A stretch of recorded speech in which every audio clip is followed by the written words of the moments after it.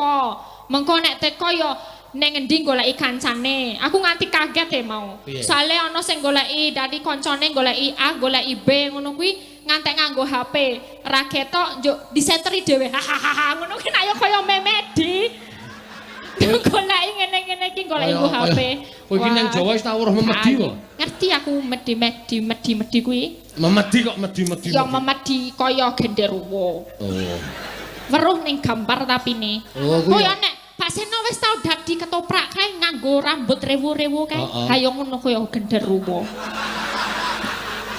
Ngecak cengelmu. Genderuwo. Iya. Yo genderuwo ya.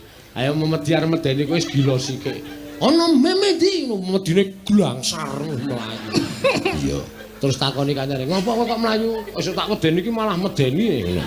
Iya, ya karo nembang Mbak Elisa. Oke.